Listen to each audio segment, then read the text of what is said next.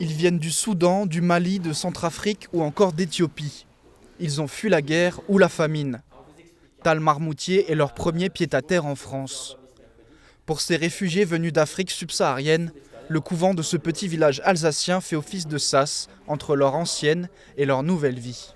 Je viens de Centrafrique, donc j'ai vécu en état de guerre, en passant par le Tchad. J'ai fait 5 ans. Dès que je suis venue ici, j'ai trouvé beaucoup de choses. Donc ils m'ont montré beaucoup de choses.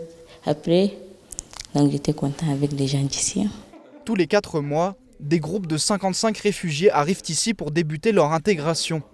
Ils ont alors 130 jours pour se préparer à vivre en autonomie à travers 3 objectifs. Au niveau administratif, il faut qu'à l'issue des 4 mois, tout soit bouclé. Une deuxième grosse partie, c'est l'accompagnement sanitaire. Donc il faut qu'à l'issue des 4 mois, ils aient un statut vaccinal optimal. Et la troisième grosse partie, c'est au niveau insertion et intégration. Donc ils arrivent ici, comme je disais auparavant, avec des droits, mais également avec des devoirs. Ils signent un contrat d'intégration républicaine qui les oblige à faire un certain nombre d'heures de cours de français et de formation civique et citoyenne. 12 salariés et une vingtaine de bénévoles se relaient pour accompagner les réfugiés. Ils disposent ici de salles de cours et d'une salle informatique. Activités sportives, découvertes du numérique ou encore cours de français rythment leur quotidien et les aident à s'acclimater à cette nouvelle vie. Ils ont un parcours de vie super compliqué, donc ils ont connu des choses abominables. Donc forcément, nous on les accueille avec grand plaisir. Je suis conscient qu'on ne peut pas accueillir toute la misère du monde, mais ceux qu'on accueille, moi, je considère qu'il faut le faire du mieux possible. On prend plaisir à travailler avec ce genre de personnes parce qu'ils sont preneurs de tout ce qu'on leur apporte. On arrive progressivement à les amener quand même à pouvoir au moins se repérer et retrouver l'envie de continuer à s'intégrer et à apprendre. Comme les adultes, les enfants doivent se mettre à niveau rapidement.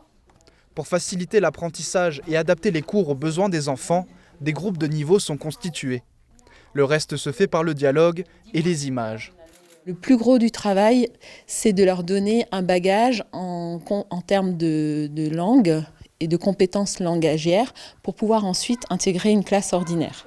C'est en grande partie grâce aux dons des sœurs et des habitants du village que l'accueil de ces réfugiés est possible.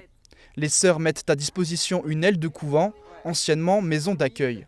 Les locaux étaient là disponibles, alors le couvent, les sœurs, on se posait la question, qu'est-ce que ça va devenir ?